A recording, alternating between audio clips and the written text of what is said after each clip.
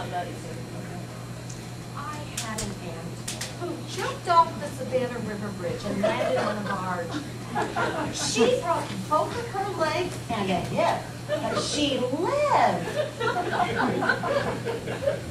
You know, if she had been aiming for that barge, she would have missed it and ended up dead as a doornail.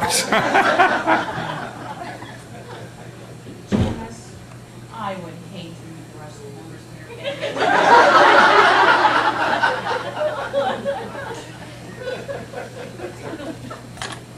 Took my mother 3 years to finally kill herself.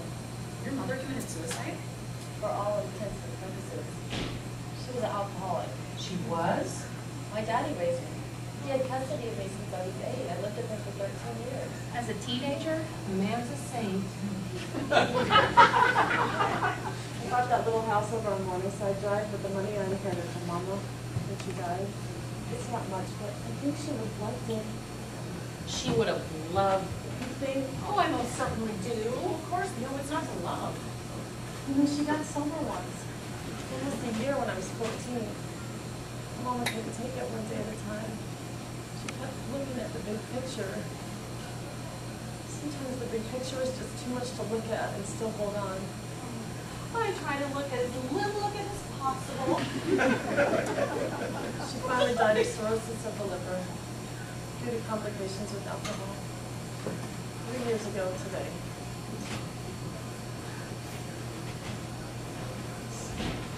And you wrote and told Oprah. That's why she's coming here today, isn't it? It's one of those mother-daughter type relationship shows. I think Oprah worries sometimes because she doesn't have children. So I wrote to her, I told her about Mama, and I told her about the book club and how we've been together for years, and how sometimes your real mother isn't your birth mother. I never expected anything. I think she just wants to come and see for herself. Let me give you another hug.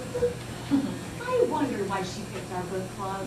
You should have told us. Nobody tells us anything. It's not the kind of thing you begin a conversation with. Hi, my mother died a miserable alcoholic. How are you? Well, we've known you for years. We don't have to know that much about each other. We should know more than Oprah. Sometimes it's easier telling Oprah. Imagine the mail she must get. I bet more people pray to Oprah than pray to God. I wonder what Oprah prays for. World peace. Like Miss America. I miss the days when we thought Miss America could bring world peace. I read in the newspaper about this man in Oregon who had the right to die. And they gave him pills mixed in with applesauce. It was all perfectly legal and everything. He went into a coma for 3 days. And then all of a sudden he woke up fully alert and everything. Did he remember trying to die? Damn straight. He turned around and he said, "What the hell happened? Why am I not dead?" But then he spent the next 2 weeks chatting on the telephone, drinking beer and smoking cigarettes. But then after 2 weeks, he died naturally of the cancer that had been killing him. Do you think he was grateful for those 2 extra weeks? I don't know, it didn't say. It just had this picture of his living room with his ashes in a box shaped like a coffin, sitting on an end table, and with a can of beer and a Monopoly game on the other side, with his favorite bonsai plant sitting right on top of him. It was the tackiest picture I had ever seen. Well, on second thought, I don't need that cigarette. Fran, do you still love George? I love the man he was. I'm not so sure about the man that he is. You know, his mother died of Alzheimer's. Well, we didn't call it that. Senility was what we called it, but it was the same. And became that nice girl who brought her chipped ice. The only time we ever got along. Why did you bring him here today? He said, "Let's go see Oprah." So we did. When they connect with who they were, you want to believe it will last. You hold on so tightly, willing them back. Let's go see Oprah. Why not? Oh, I must have been crazy. You're not crazy. It makes perfect sense. I would have done the same thing. By the time we we'd gotten here, he'd forgotten. He wanted to wait in the car, and I wanted him to remember, so I let him sit there for a while. You're a good person. Not so good. I used to get down on my knees. I promised to be a better person. And he'd wet the bed, I'd want to kill him, and I'm back to square one. It's understandable. We've been through the denial stage and the anger stage. I'm still in the bargaining stage, but he's moved on to depression. He's probably closer to accepting it than I am. He's known about it longer. He's tireder than I am. I wish my mother would forget me. She's always nice to strangers. I thought your mother was dead. No, not yet. It's been over a year since they gave her 3 months to live. That woman never missed a deadline until now. Caller works with his hands. I hired him to finish off my back porch. You ended up sleeping with him. Well, not at first. Janice, I hope you waited until the work was finished. That patio is going to cost you a fortune. Just be careful when he starts to talk about paint. Hey, what are you talking about? Well, you know, Jack, he wants to paint everything gray. Gray is not a color, I say, but he insists, for my living room, I want one distinct, recognizable color. I'm tired of being gray. Pick a side, I said. Surprising myself, I thought we were talking about the color for the room and realized we'd been talking about our marriage.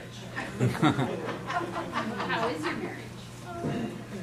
Kind of like an Oprah book. I hate reading about alcoholics. Ugh, we don't have to read about alcoholics. Or drug addicts. Or religion. Or politics. And that leaves us with what? Adulterers. Dysfunctional Southern families. I thought this was our last meeting. I thought we were going to vote. What's the point? No one comes anymore. They will. When they find out Oprah was here, we'll have to beat them off with a stick. We'll see. Where is she? She is coming. Mark my words. When Oprah sets her mind to do something, she does it. We can all take a page out of Oprah's book. I like to take more than a page out of her books. She picks the longest books I have ever seen. It's like lifting weights. Instead of reading books, I feel like I've had a workout. I almost forgot. We have to put on our name tags. Name tags? I made colored name tags for everyone. Look. Hello, my name is Louise. We know who you are. Oprah doesn't. Will that sticky stuff come off my clothes? Instead of picking something new to read, we should reread something we read in high school. You mean something we were supposed to read? I'm afraid you're a lot closer to that age than I am, Mia. I remember reading Catcher in the Rye. I love Holden Caulfield. It wasn't until years later I reread that book and realized what an angry young man he was. Much angrier than I remember him being. I hate to reread old books. It reminds me too much of the person I used to be, and I feel like I'm disappearing in plain sight. I permed my hair within an inch of its life. I didn't mean to. I just want to see if anybody noticed, and nobody did. Now I feel like a Q-tip with boobs. You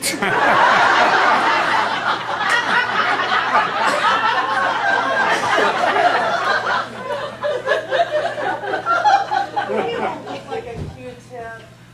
You look fine. It'll grow. I thought about putting out an APB, but how do you put out an all-points bulletin to find yourself? I call the police and they ask, how long has the person been missing? And I say, 15 years. I'm surprised I have any reflection left at all. When I happen to catch a glimpse of myself on the chrome of the toaster, it scares me. Oh, I read a quote years ago by Anne Rice. You know the woman that writes all those vampire stories? You know, they don't reflect in mirrors either.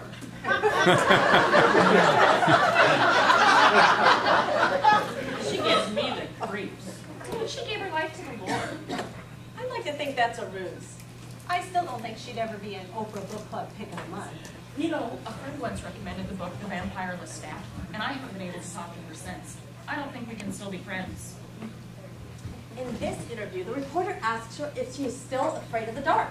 Anne Rice was afraid of the dark. As a child. Anyway, he goes on to ask her what scares her now.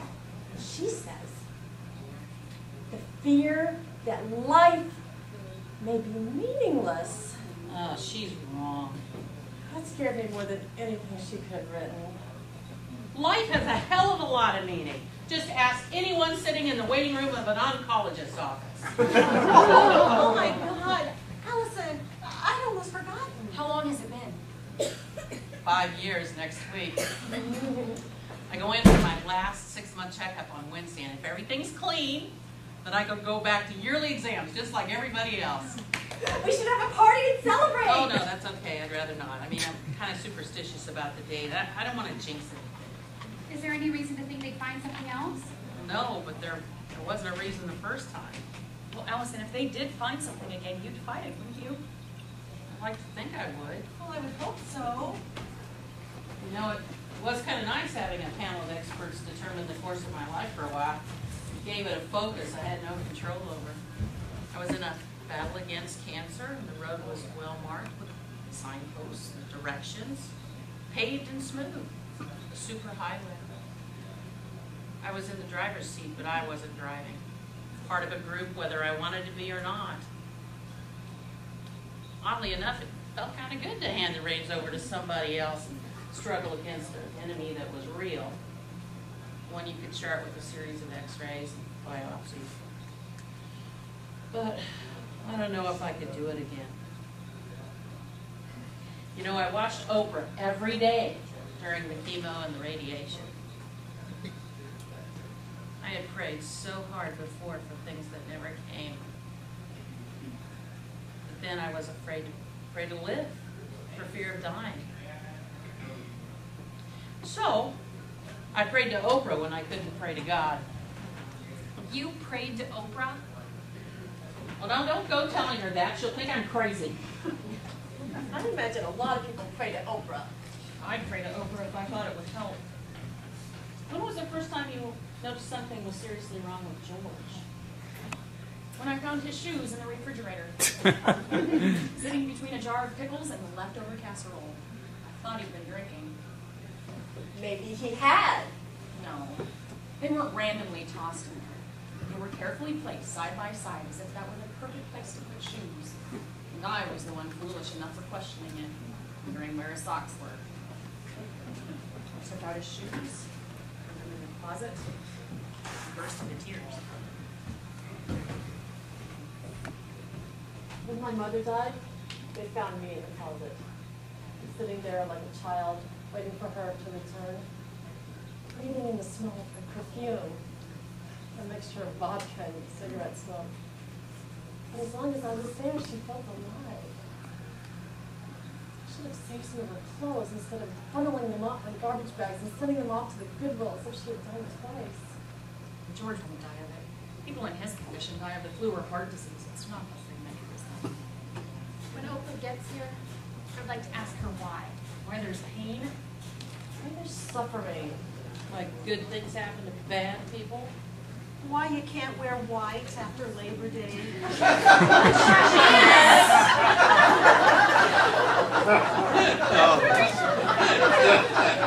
Well, she's not God. She's the closest thing to it I'll ever know. You're kidding. Surely you, of all people, will get into heaven. I'm not so sure. A few years ago, yes. Now, I don't know. Why? What happened? Are you having an affair? No. Thinking of having an affair? No. Wishing you were having an affair. No. We're taking in Ralph's parents from Poland to live with us. And they hate me. Oh. And you were some.